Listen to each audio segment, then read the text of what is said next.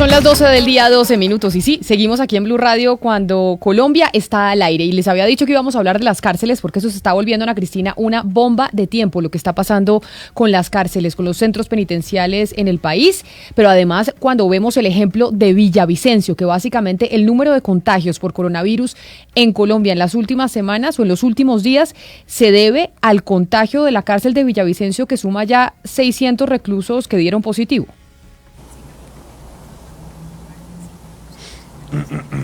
¿Ana Cristina? Sí, Camila. No, yo la oigo, pero tiene como el micrófono apagado. Yo la oigo por allá. Pero sí, Valeria, las cárceles, lo que pasa con las cárceles es un tema muy delicado, como yo le decía a Ana Cristina, precisamente por cuenta de lo que estamos viendo en Villavicencio, entre otras cosas, que es uno de los ejemplos. Pues Camila, el tema de las cárceles siempre ha sido un tema neurálgico en el país, siempre ha habido, digamos, un hacinamiento, hay 121.000 presos en Colombia, cuando las cárceles en Colombia tienen capacidad para 80.000 presos. Evidentemente esto iba a ser un problema crítico en la pandemia del coronavirus y lo estamos viendo, como ya lo habíamos pronosticado. En la cárcel de Villavicencio, que tiene 1.773 reclusos, hay 657 ya contagios confirmados y evidentemente pues no hay un sistema de salud dentro de la cárcel que pueda atender a los enfermos, Camila. Esto es una bomba de tiempo, Camila, porque al final pues el tema del hacinamiento, el tema del estado de cosas inconstitucionales declarado por la Corte ya hace unos años, pues evidentemente son todos los ingredientes perfectos para una bomba de tiempo, Camila. Así que hoy queremos tratar este tema para entender un poco qué puede hacer el gobierno, qué se puede hacer un poco para gestionar esta crisis. Julio César García es secretario nacional de uno de los sindicatos del IMPEC y precisamente por eso le pedimos que nos acompañara el día de hoy para hablar desde los sindicatos de los trabajadores del IMPEC, que nos cuente la realidad de lo que está pasando en las cárceles del país, no solo lo que estamos viendo en Villavicencio, sino en todas a nivel nacional. Señor García, bienvenido. Camila, muy buenas tardes, muchas gracias por darnos este espacio para contar un poquito desde nuestra perspectiva qué es lo que está pasando en las cárceles del país, el hacinamiento que tenemos, el abandono que está...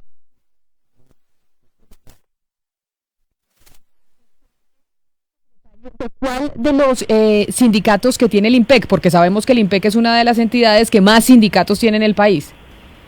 Camila, yo soy el secretario nacional de la Unión de Trabajadores Penitenciarios, sindicato mayoritario del IMPEC. El sindicato más grande del IMPEC. Por eso le pregunto entonces, señor García, lo que está pasando con sabemos que las cárceles han sido un problema y nosotros lo hemos venido discutiendo aquí en Mañanas Blue desde hace mucho tiempo, pero con el tema del coronavirus, ¿cuál es el problema que se está presentando? ¿Por qué razón estamos viendo, por ejemplo, que en la cárcel de Villavicencio ya en las últimas pruebas tenían 600 personas contagiadas? Vemos como en La Picota, aquí en Bogotá, algunos de los que dieron positivo fueron contagiados por personas que trasladaron de la cárcel de Villavicencio a Bogotá. Cuéntenos usted qué es lo que está sucediendo. Bueno, Camila, aquí lo que está pasando en las cárceles del país es que, como dijeron hace un minuto, pues hace más de 20 años tenemos un estado de cosas inconstitucionales declarado. Y tenemos un hacinamiento que la verdad ya se desbordó. La mayoría de las cárceles del país, se habla de un 40% de hacinamiento, pero en las cárceles más grandes del país, creo que todas superan más del 90% de hacinamiento. Se sabía y nosotros venimos denunciando desde el principio de esta pandemia que si esto nos llegaba a los establecimientos de reclusión, pues esto nos iba a convertir en un caldo de cultivo. En las cárceles del país no tenemos dónde hacer aislamientos preventivos de los internos que resultan contagiados. Y la USPEC nos ha dado la solución de hacer unos aislamientos preventivos, pero entonces colectivos. Y esto pues no para nada sirve para mitigar lo que está pasando en los establecimientos. Y entonces la recomendación que han hecho ustedes desde los sindicatos del IMPEC es ¿cuál? Si la USPEC les ha dado órdenes que ustedes dicen que no sirven para absolutamente nada porque no se logran hacer los aislamientos preventivos que sean eficientes y que la gente y los reclusos no se terminen contagiando, ¿cuál sería entonces la solución? Pues nosotros lo que estamos pidiéndole a la USPEC, que es la que maneja los recursos del IMPEC, esto es muy bueno siempre dejarlo claro, porque siempre dicen que el IMPEC no tiene plata. El IMPEC tiene plata únicamente para pagar las nóminas de nosotros. La USPEC es la que tiene el presupuesto para las cárceles de Colombia. Estamos diciéndoles que por favor nos den los elementos de bioseguridad a nosotros los funcionarios, porque es que la única forma en estos momentos que los internos me pueden contagiar es de cuenta de nosotros, porque nosotros somos los que estamos saliendo y entrando al establecimiento. Los internos en estos momentos desde hace 5 semanas, si no estoy mal, están sin visita. ¿Ustedes qué les responde el USPEC cuando les dicen que les den los elementos de bioseguridad? ¿Por qué no se las han dado? Porque efectivamente, como usted lo menciona, para evitar corrupción en el INPEC, se creó en su momento la USPEC, que era la que iba precisamente a manejar los recursos de los suministros que se necesitaban para las cárceles. ¿Qué les dicen cuando ustedes piden esos suministros? Ellos en estos momentos están haciendo presencia en los establecimientos, en los SERON donde ya existe el COVID. Los otros SERON, este es el momento donde aún no han hecho la presencia que nosotros estamos esperando y que estamos reclamando. ¿Qué es lo que ellos dicen? Pues que el presupuesto no da, que el problemas de contratación, que problemas de licitaciones y todo eso, pero si estamos en este momento en una urgencia manifiesta, yo no entiendo por qué no se hace la apropiación de recursos para dotarnos de estos elementos.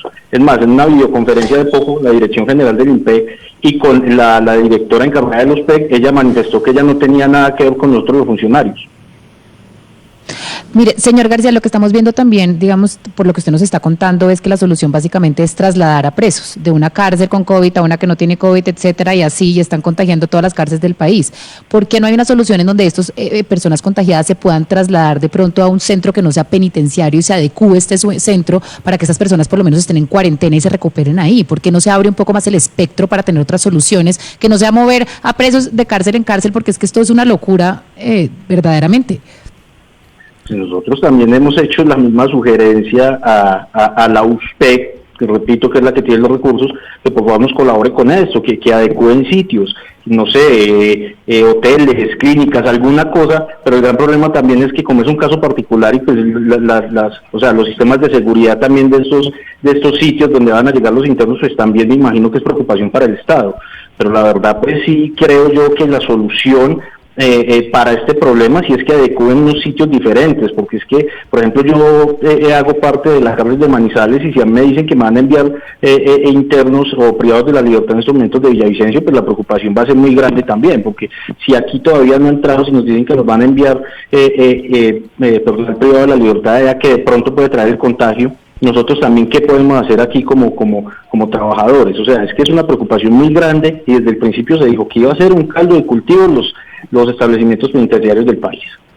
Precisamente para saber lo que viven las familias de los reclusos y para que nos cuenten un poco la historia que ellos han podido conocer de sus familiares que están privados de su libertad, nos acompaña Carolina, a quien le hemos cambiado el nombre por cuestiones de seguridad, y Carolina es familiar de una persona privada de su libertad en la cárcel Modelo de Bogotá.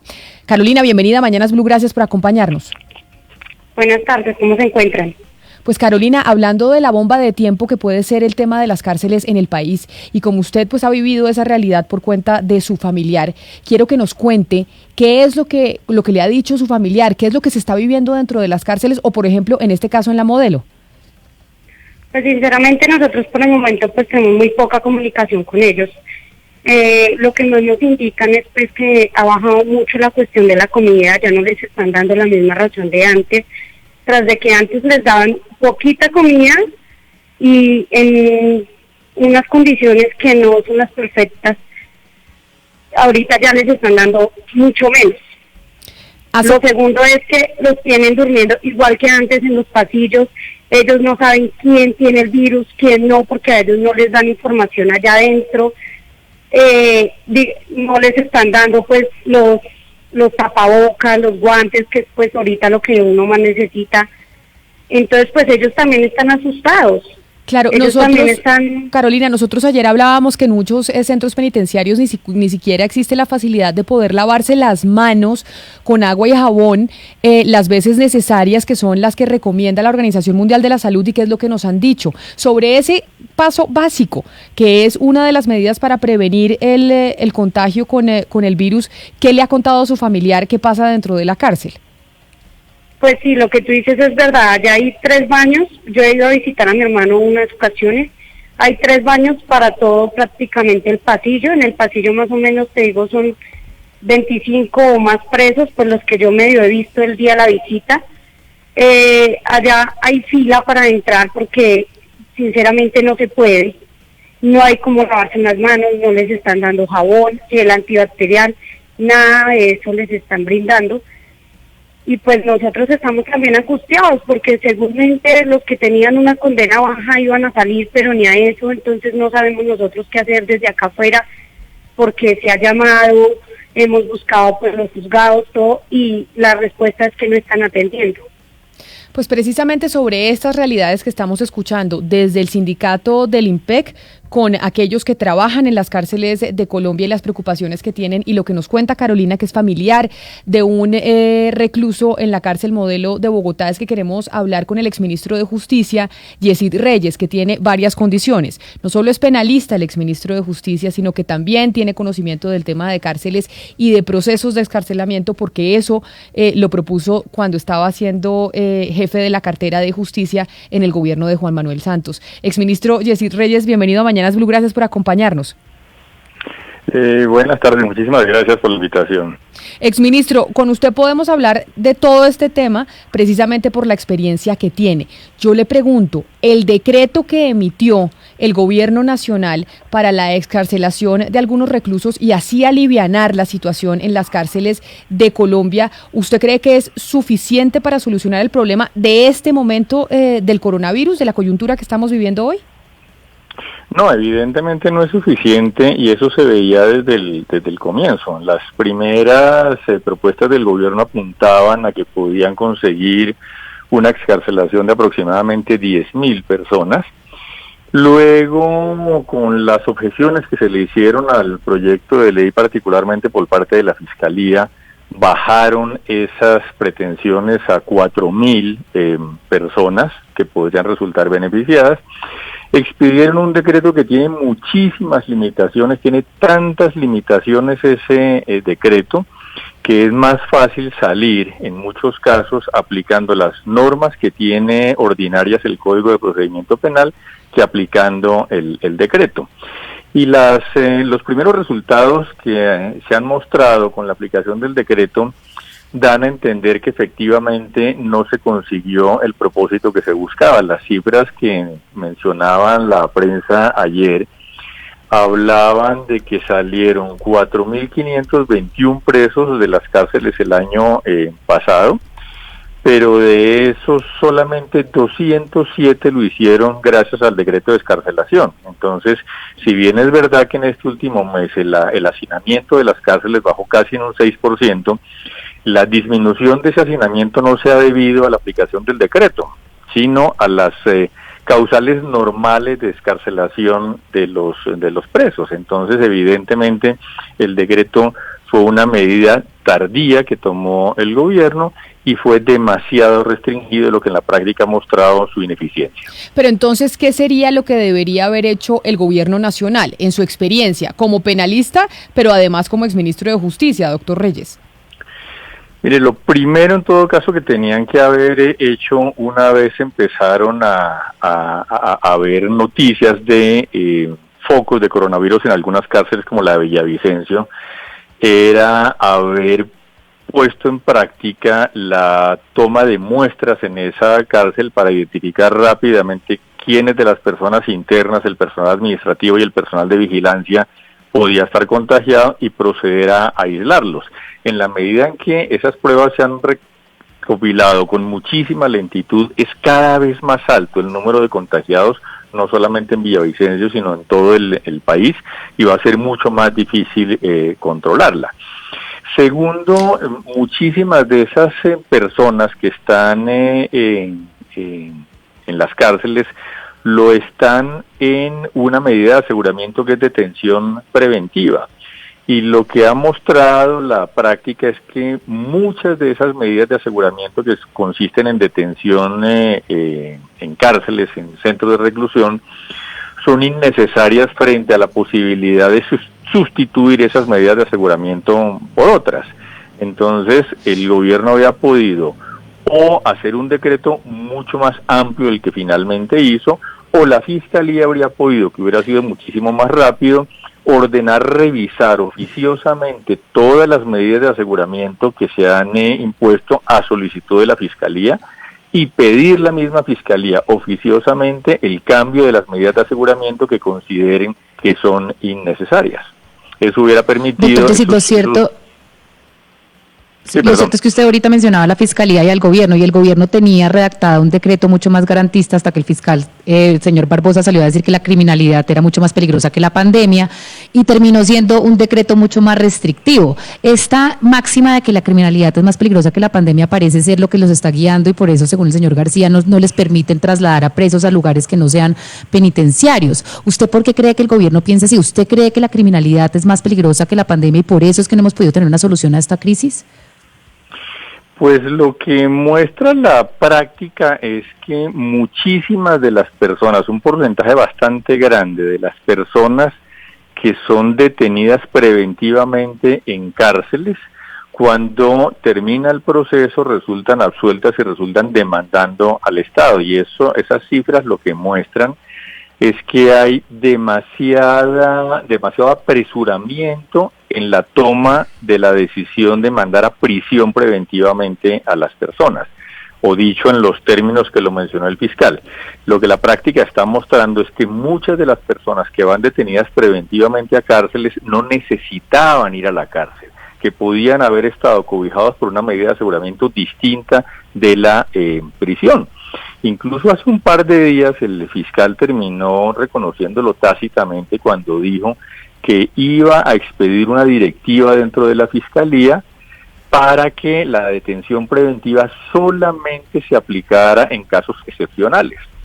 Pues resulta que la directiva no hace falta. Hay una ley que dice exactamente eso, que la medida de aseguramiento de detención preventiva tiene que ser excepcional, que el fiscal debe demostrarle a un juez que las otras 11 medidas de aseguramiento que tiene el Código de Procedimiento Penal son insuficientes para garantizar la comparecencia de una persona a juicio, y cuando demuestre todo eso, es decir, solo excepcionalmente, se puede aplicar la detención preventiva. Entonces es verdad lo que usted dice, el fiscal insistió mucho en reducir el campo de acción del decreto, eso lo volvió ineficiente, pero el mismo fiscal tenía la posibilidad, y la sigue teniendo en sus manos, de hacer revisar oficiosamente las medidas de aseguramiento de detención preventiva que se han impuesto para reducir por la vía ordinaria, sin necesidad de acudir al decreto, el hacinamiento carcelario. Permítame, exministro Yesid Reyes, porque para saber y conocer la realidad de lo que viven los privados de su libertad en las cárceles de Colombia, estamos precisamente en comunicación con Camilo, a quien también le hemos cambiado el nombre por seguridad, que está en la cárcel La Picota en Bogotá. Camilo, ¿me escucha? Sí, señora. Camilo, bienvenido a Mañanas Blue, y queremos hablar con usted, que precisamente está dentro de La Picota en Bogotá, para que nos narre un poco la situación que están viviendo en este momento en esa cárcel de la ciudad. Sí, buenos días para toda la audiencia. Muy buenos días para el ministro. Quería explicarle realmente, pues, todo lo que ocurre en estos momentos dentro del penal es prácticamente un caos total, hacinamiento total. La alimentación que se nos brinda en estos momentos, los primeros auxilios como en sanidad, no se prestan totalmente. En estos momentos sufro de una parálisis facial. Hace una semana tuve una audiencia de vencimiento de términos. Realmente tengo los términos vencidos. La juez que se encargó del proceso mío me negó la salida, aduciendo que tenía 44 días pasados. No nos están, realmente las leyes que se están dando para el deshacinamiento de las cárceles no están siendo reales, solo se están viendo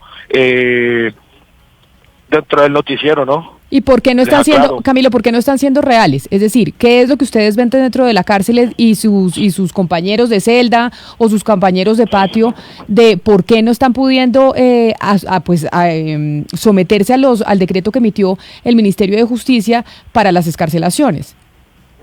Acá llegaron las personas del IMPEC a decirnos pues que los supuestos que iban a salir pidieron los documentos a cada persona, los que tienen problemas de insuficiencia renal, coronarios, bueno, todo lo que dice realmente la ley, ¿no?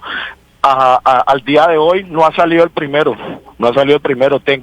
Tengo personas que, pues, si en otra entrevista de pronto se pudiera exponer nuevamente el tema, podría reunir a todas estas personas darles lo de las historias clínicas, ¿no?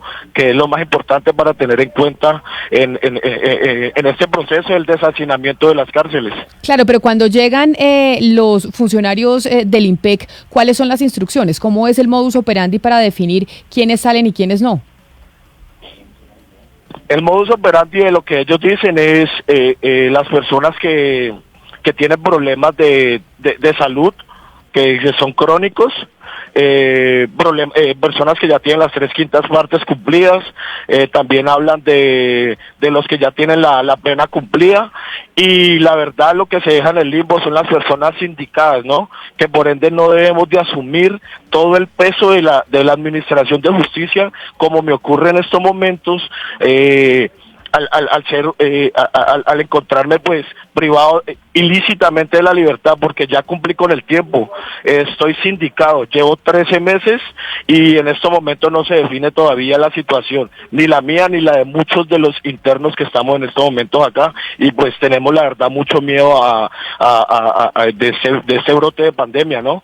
Que la juez en el caso mío por lo menos aduce que el brote de la pandemia es un caso de fuerza mayor, lo aduce con el inciso 3 del artículo 317, y lo que hace es por lo menos condenarme sin necesidad de estarlo, ¿no? Porque prácticamente me voy absuelto de este proceso y sin embargo debo seguir corriendo con el proceso dentro de la intramural. Pero, exministro de Justicia Yesid Reyes, situaciones como esta que nos narra Camilo, pues son las que se viven en todas las cárceles del país. Y esta situación es básicamente por lo difícil que quedó en el decreto que se den las excarcelaciones, que era lo que usted nos explicaba. Exactamente, los requisitos para conceder esa excarcelación, para que pasen a domiciliaria las personas, especialmente las sindicadas, como decía esta persona que hablaba, son muy reducidas en el decreto y por eso es tan bajo el número de personas que han logrado beneficiarse del decreto. Por eso le decía que en el último mes han salido más personas de las cárceles con aplicación de la legislación ordinaria que con aplicación del decreto. Entonces el decreto tenía que haber sido mucho más amplio, pero bueno, si quedó ya como quedó y está dificultando la salida, el Estado debería estarle prestando muchísima más atención al seguimiento de los brotes de coronavirus en las cárceles, aumentando el número de pruebas para saber qué personas están infectadas y buscando la forma de aislar las personas que están ya infectadas con el virus y los que tuvieron contacto con ellas. Claro, exministro. Bueno, antes que nada, felicitarlo por lo elegante que está saliendo hoy y nos está recibiendo a pesar de la pandemia, ¿no? Es el primer entrevistado que sale súper elegante de corbata y eso, pero más allá de eso quería preguntarle para que me saque de una paradoja ciertamente como insalvable, porque percibo en el ambiente que por un lado estamos haciendo una cantidad de esfuerzos para sacar a gente de la cárcel precisamente por el hacinamiento y evitar las aglomeraciones insanas que pues no se pueden presentar nunca y mucho menos en esta época, pero por el otro lado, a través de las medidas policivas de toque de queda, de ley seca, etcétera, etcétera y etcétera, pues una cantidad de autoridades locales están tratando de meter a gente a la cárcel porque si no pues la ley se convierte en una especie de hazmerreír en donde yo saco un toque de queda, pero si no mando a esta gente a la cárcel pues no sirve de nada. A mí me parece que es equivocada la idea de estar persiguiendo penalmente las personas que violen las medidas de confinamiento. Los informes que tiene la policía de la cantidad de personas que han violado el confinamiento, que son más de 200,000, pues serían inmanejables desde el punto de vista del derecho penal. Usted se imagina la Fiscalía procesando 250,000 personas ahorita, que es la cuarta parte del número de denuncias que le suelen llegar anualmente a la Fiscalía. Las penas que tienen esos delitos son penas que pueden dar lugar incluso a que las personas terminen o en detención preventiva o pagando pena al final. Si tenemos 120,000 personas en las cárceles en condición ya de hacinamiento, si a eso le va a sumar usted un montón de personas por el incumplimiento de esas medidas, pues el tema va a ser absolutamente inmanejable desde el punto de vista de prisiones. Entonces, pero eso lo que lleva es a que tenemos que dejar la idea de que todos los problemas que tenemos en la sociedad se resuelven con el derecho penal y encerrando a la gente en las cárceles.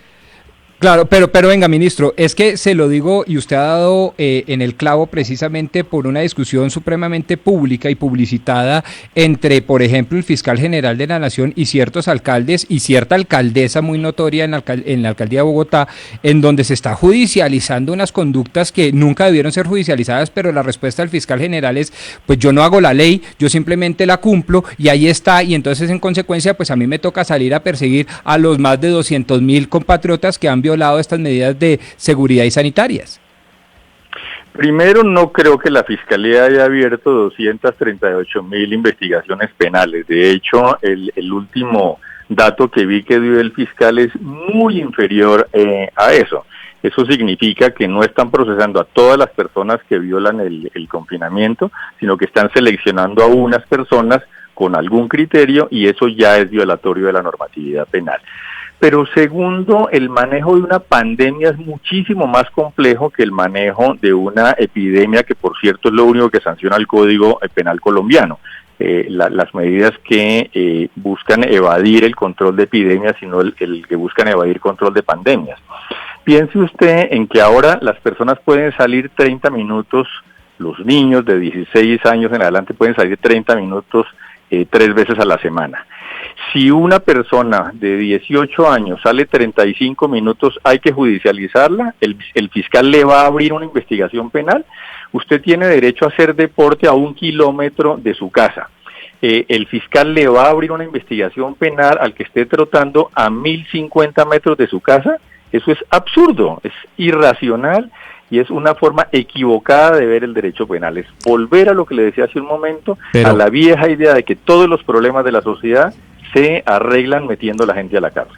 Pero doctor Reyes, cuando se pone en riesgo la salud pública y la vida de otras personas, como por ejemplo ha sucedido personas contagiadas con COVID-19 que han salido a la calle desatendiendo la orden de cuarentena obligatoria, allí eso sí, ¿usted cree que ameritaría un proceso judicial en contra de estas personas? Yo creo que hay correctivos desde el punto de vista policivo, como las multas, por ejemplo, o como las reconvenciones, pero mire, si usted mete una persona que salió a la calle y se cruzó con 2 transeúntes más, supongamos que realmente los puso en peligro de estar contagiados. Usted toma a esa persona y la ingresa en un centro penitenciario donde hay 1.000 personas y está poniendo en riesgo 1.000 personas. Entonces el que está propagando el virus, el que está poniendo en peligro más personas es el fiscal o el juez que está llevando a una persona a una cárcel donde tiene la capacidad de contagiar mucha más gente. Señor García, con respecto a esas personas que entran y salen a la cárcel, pues una de las inquietudes que tienen las familias de los privados de la libertad es la trazabilidad o cómo se sabe dónde están los distintos personas que hacen parte del personal de custodia, cuando entran y salen, cómo se sigue el lugar a donde están yendo, cómo lograr hacer un cerco epidemiológico si no se sabe o si es que sí se sabe el camino que siguen estas personas que están en las guardias. Ese es justamente lo que decía yo que tenía que haber sido la primera medida del gobierno, el control de las personas que están en cárceles donde hay focos de coronavirus. Antes que pensar incluso en el decreto de excarcelación, tenían que haberse concentrado en el manejo de las personas que están en prisión, bien sea los que están detenidos legalmente, los que son guardianes, los que son personal administrativo. A ellos tenían primero que haberles hecho pruebas lo más rápidamente posible y segundo, seguimiento para tener un control de las personas que están contagiadas y pueden contagiar a los demás. Eso hubiera sido muchísimo más rápido y muchísimo más eficiente. Ya en este momento no es que no se pueda hacer, pero estamos ya en casi 700 casos de contagiados en las cárceles y va a ser cada vez más complicado hacer ese seguimiento que usted dice que de todas formas debería intentar hacerse.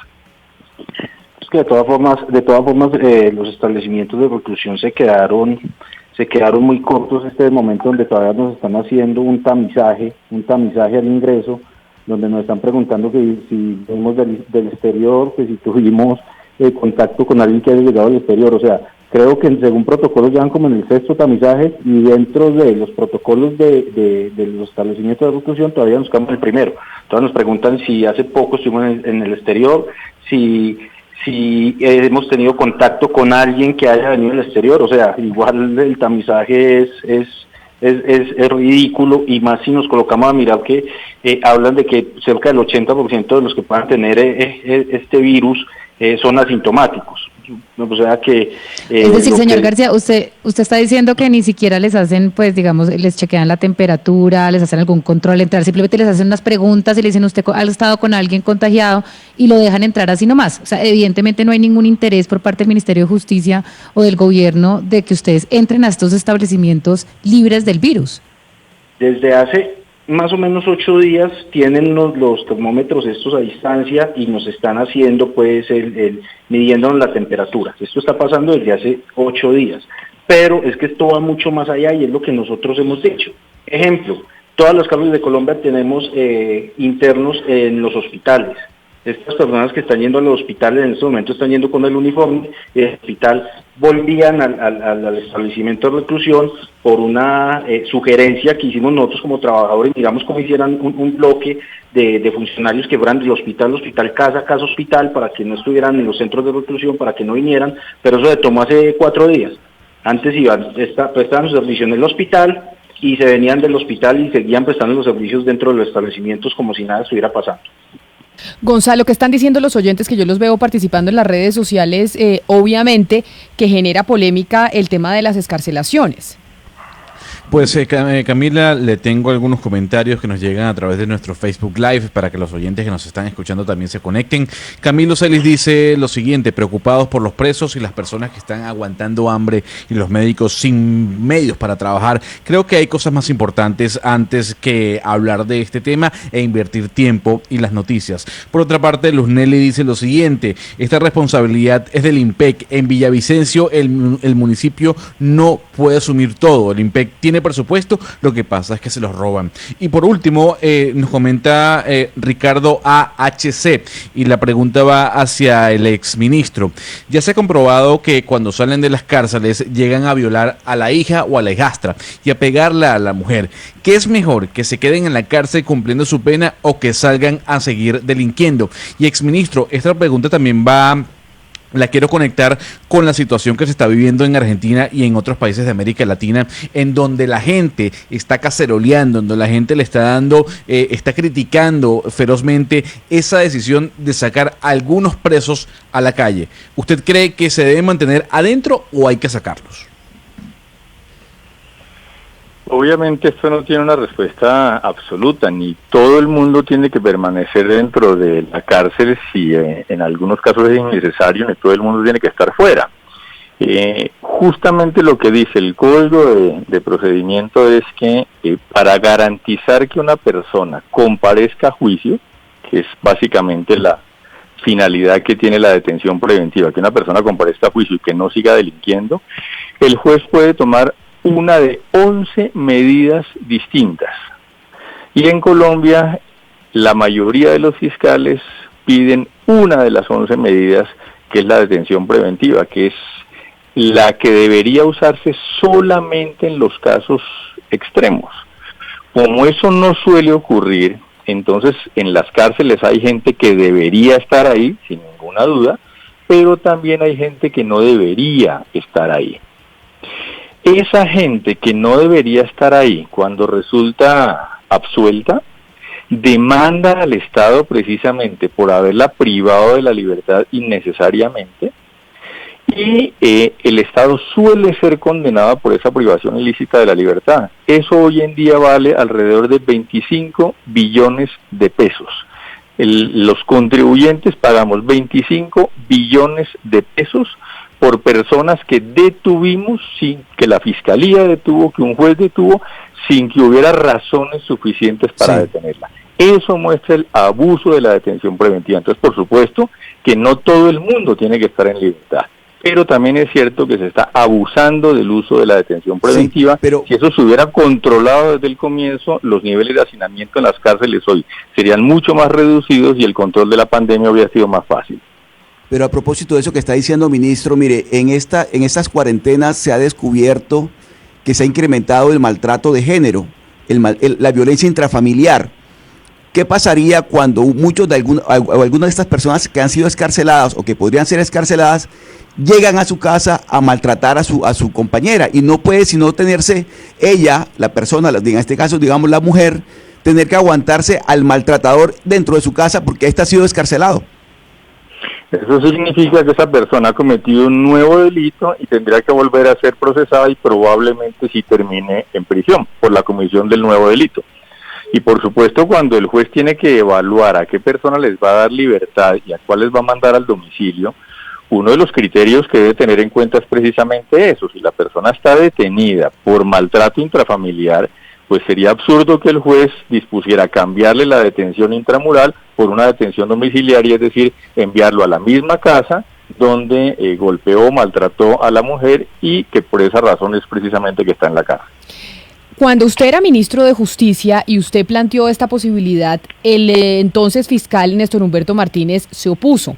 En esta oportunidad, frente a un primer borrador de decreto, el fiscal Barbosa se opuso cuando el decreto era mucho más permisivo a la hora de que la gente pudiera salir de las cárceles. ¿Por qué los fiscales siempre terminan oponiéndose a esto? Porque la sensación de justicia la están transmitiendo a través de las detenciones preventivas. Fíjese usted que la Fiscalía pocas veces da noticias sobre personas condenadas. La Fiscalía da muchísimas noticias sobre personas detenidas preventivamente. Eso transmite una sensación de eficiencia de la Administración de Justicia, transmite una sensación de seguridad y por eso lo utilizan con tanta frecuencia los fiscales. Lo que nunca dicen, por ejemplo, es que muy buena parte de esas personas termina luego en libertad, demandando al Estado y el Estado pagando por esas detenciones ilegales. La segunda causa de condenas al Estado en Colombia, a veces es la primera dependiendo del año, es precisamente la de las detenciones ilegales. ¿Cuánto le cuesta a Colombia al presupuesto nacional cada uno de los presos? ¿Usted tiene esas cifras o no las tiene tan claras, exministro? Eso vale más o menos como 1 millón de pesos mensuales. 21 millones de pesos está en estos momentos el año, Camila. Es decir, cada persona privada de la libertad le cuesta al Estado colombiano 21 millones de pesos. 21 millones de pesos le cuesta al Estado colombiano un año de detención. Camila, y ahí tenga la cifra que son 121.670 privados de la libertad en Colombia, cuando hay cupo para 80.763 personas. Yo le quisiera hacer una pregunta al señor García, y es sobre las condiciones de salubridad en las cárceles. Son 134 cárceles las que hay, pero por ejemplo en la cárcel de El Pedregal de Medellín hay horas en que no hay suministro de agua. ¿Usted qué sabe, si tiene datos sobre las condiciones de salubridad y de servicios básicos en los penales del país? Hay muchas cárceles en estos momentos que no tienen siquiera, como usted lo está diciendo, el suministro de agua. O sea, es que las condiciones de salubridad dentro de los establecimientos, la verdad es que, o sea, son salidos de cualquier ápice de cordura. En estos momentos, no más mirar la sobrepoblación, el hacinamiento, donde yo le puedo hablar, coloco de ejemplo, cárcel de Manizales, donde en un sitio, en un espacio de 1,80 por 2 metros, tienen que convivir hasta 4 internos. O sea, no más eso, coloquen a pensar, donde no tienen baños dentro de las celdas y les toca que hacer sus necesidades en bolsas y el otro día salir a botar estas bolsas en canecas, donde tienen que llegar las visitas conyugales y tienen que hacer nichos, dividir la celda en 4 para tener sus relaciones con su pareja dentro de este sitio. O sea, es que las condiciones de salubridad dentro de los establecimientos de Colombia son la verdad, son lamentables, y la violación de derechos humanos sistemática a las personas privadas de la libertad en los establecimientos de reclusión. La verdad, esto es, ya pasó el límite. La verdad, yo no sé cómo podemos mejorar esto. Tenemos 50 años de atraso y no sé cómo lo podemos mejorar en los próximos 5, 6, 7, 8 años. Creo que pasarán décadas y esto seguirá igual. Y eso, señor García, dice tanto de nuestro Estado, porque al final como tratamos a nuestros presos es como de verdad nos concebimos como Estado de Derecho. Pero mire, señor García, después de lo que pasó en la Modelo, pues quedó un poco en evidencia también la vulnerabilidad en la que ustedes están como guardias dentro de las mismas cárceles. Estos motines, digamos, al final también los afectan a ustedes. ¿Usted cree que con esta crisis y pues el justificado, además, desespero en el que están los presos en Colombia, se podrían dar más motines en los próximos meses o días? La preocupación de nosotros es que esto vuelva a suceder y y si sigue este abandono estatal en el que tienen las personas privadas de la libertad en Colombia, no sería sorpresivo de que pase. O sea, es que son, empezando porque le estamos diciendo mentiras, empezando porque cuando salimos al decreto de excarcelación, como lo dijo el ministro muy bien, empezaron diciendo de 15.000 personas, después hablaron de 10.000, después hablaron de 4.000, y le voy a dar una cifra exacta.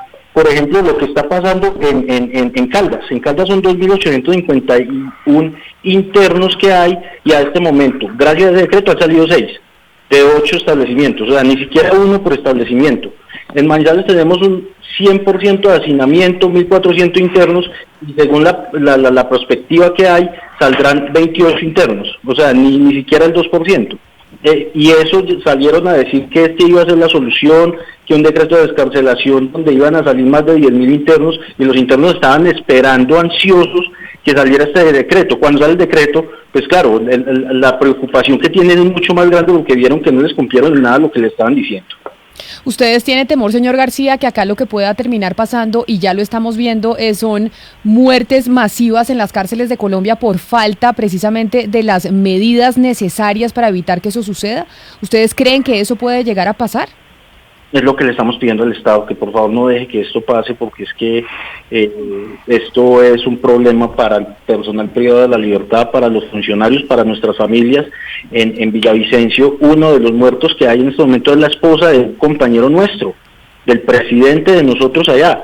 El compañero llevó el virus a su casa y la señora murió la semana pasada de COVID-19. O sea, es que esto es un problema macro que el Estado de pronto no le está colocando la atención que le debería de colocar, que es que, repito, esto es un caldo de cultivo, por el hacinamiento que esto es un caldo de cultivo. Entonces no sé la verdad las soluciones que tenga el Estado en estos momentos, pero sí le estamos pidiendo a gritos, nosotros como empleados y el personal privado de la libertad, que atiendan lo que está pasando dentro del establecimiento de reclusión del país. Pero por eso, exministro Yesid Reyes, cuando la gente pregunta, porque muchos oyentes yo los estoy viendo y diciendo, pero ¿por qué nos tiene que preocupar la población carcelaria? ¿Por qué no nos preocupamos por otro tipo de población? ¿Qué le tenemos que responder precisamente? Y quiero que usted se lo responda además desde la academia. Tenemos que preocuparnos por todos, por supuesto, pero las personas que están detenidas, que están privadas de la libertad, siguen siendo seres humanos, siguen siendo ciudadanos y siguen siendo titulares de derechos fundamentales, y entre esos derechos fundamentales está el derecho a la salud. Y esos derechos fundamentales, en la medida en que se trata de personas que están privadas de la libertad, tienen que tener atención prioritaria del Estado, precisamente porque ellos no pueden buscar condiciones más favorables para pasar este tiempo. No escogen el sitio donde duermen, no escogen el sitio donde pueden pasear, no escogen el sitio donde comen. Desde ese punto de vista están en una situación de desventaja frente a las demás personas, y por eso el Estado no puede desampararlos. El Estado debería intervenir prioritariamente en la situación carcelaria. Si no interviene rápidamente y muchas de esas personas terminan enfermas de gravedad, va a tener en todo caso que sacar esas personas de las cárceles y llevarlas a clínicas o centros de salud donde tengan que atenderlas. Eso sin contar con la gente que pueda morir. Entonces, ¿por qué no comienzan a identificar rápidamente los casos que son susceptibles de aislamiento y a buscar sitios adecuados para ese aislamiento? Pero entonces ahí tenemos, nos decía Ana Cristina, 40.000 presos más o menos de sobrepoblación en las cárceles de Colombia tenemos. Y ya para terminar, exministro, y es entonces, ¿cómo puede manejar? Es decir, tenemos 40.000 presos de sobrepoblación, ¿en dónde se pueden aislar aquellos que encuentren y se determinen que dieron positivo de coronavirus? Claro, hay que buscar el sitio, porque es que si se agravan van a tener que llevarlos a clínicas, es decir, el sitio va a tener que aparecer en el momento en que estén en un estado de salud grave. ¿Por qué van a esperar a que estén en un estado de salud grave para que los sitios aparezcan? Entonces, la Picota, por ejemplo, es un sitio que tiene muchísimo terreno todavía disponible. ¿Por qué no comenzar a acondicionar, o por qué no comenzaron a acondicionar hace algún tiempo un sitio en los terrenos de la Picota donde pudiera aislarse ese tipo de personas? Acacias Meta, por ejemplo, es otro sitio que tiene muchísimo espacio disponible. ¿Por qué no acondicionan sitios en donde se puedan tener esas personas? Yo creo que soluciones hay, y como le digo, si finalmente personas de estas terminan graves de salud, que requieren un tratamiento intrahospitalario van a tener que encontrar sitios a donde trasladarlos. Es mejor buscarlos antes de que eso ocurra. Doctor Reyes, en el pasado se acondicionó, por ejemplo, en Cali una bodega del antiguo ferrocarril para llevar allí algunos internos sindicados de la cárcel Villahermosa. ¿Eso se podría hacer? ¿Buscar bodegas, no sé si guarniciones militares desocupadas o ese tipo de instalaciones? Sí, pero incluso aprovechar instalaciones que ya tienen vigilancia, como los predios de la Picota o la misma cárcel de Acacías, pero también, como dice usted, guarniciones militares eventualmente. Pues es un llamado que se le hace a las autoridades, sobre todo al Ministerio de Justicia, porque sí, esto de las cárceles puede ser una bomba de tiempo, además porque dicen los expertos en coronavirus que cuando el virus, y usted convive con el virus en sitios muy encerrados, por eso la población médica está tan en riesgo, esto mismo puede pasar con la población carcelaria, el virus puede ser mucho más letal. Por eso, exministro de Justicia, Yesid Reyes, gracias por habernos atendido, por haber hablado con nosotros y habernos explicado un poco esto de la situación carcelaria y qué se puede hacer en el país en medio de la pandemia. Mil gracias. Muchas gracias a ustedes, Camila, y a todo el equipo, y a los oyentes. Claro que sí. Julio César García, secretario precisamente nacional del sindicato del IMPEC, del más grande, gracias por haber estado con nosotros y por habernos explicado la situación, para hacer un llamado precisamente al Ministerio de Justicia y concientizar que esto de las cárceles puede ser una bomba de tiempo que no solo afecta a los reclusos, sino también a gente que está afuera, porque los dragoneantes del IMPEC tienen sus familias, salen y se van para sus casas y pueden llevar el virus fuera de las cárceles. Camila, a usted y a su equipo de trabajo, muchas gracias, muy amable por darnos la oportunidad de expresar esto que está pasando, por contarle de verdad a la opinión pública qué es lo que está pasando dentro del IMPEC, y más que todo explicar que el IMPEC y los PEC son dos cosas muy diferentes. El IMPEC somos nosotros como funcionarios, los PEC es la que tiene que hacer las inversiones, que es la que está en deuda en estos momentos con la población privada de la libertad. Claro que sí, muy claro quedó. Señor García, gracias por habernos atendido. Y Ana Cristina, como empezamos, y es, si no se le para bolas a esto de las cárceles, es que podríamos terminar viendo muchos muertos por cuenta de coronavirus en las cárceles del país. Y eso al final, lo quieran o no, con demandas y demás, pues va a terminar afectando al Estado y al gobierno como tal, porque les terminarán echando la culpa.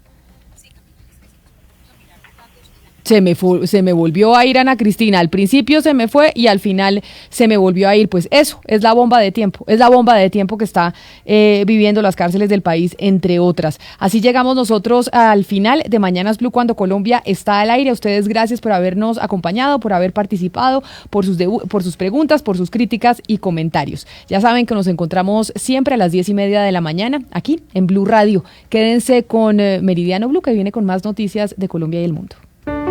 Estamos enfrentando un momento muy difícil, no solo para Colombia, sino para el mundo. No hay que caer en la desesperación, solo ser conscientes de que necesitamos trabajar juntos. Si no tienes que salir de casa, no lo hagas. Si no tienes síntomas, no vayas a urgencias. En el supermercado compra solo lo necesario. No te lleves lo que otros pueden necesitar. Lávate las manos mínimo cada 3 horas. No repliques información falsa.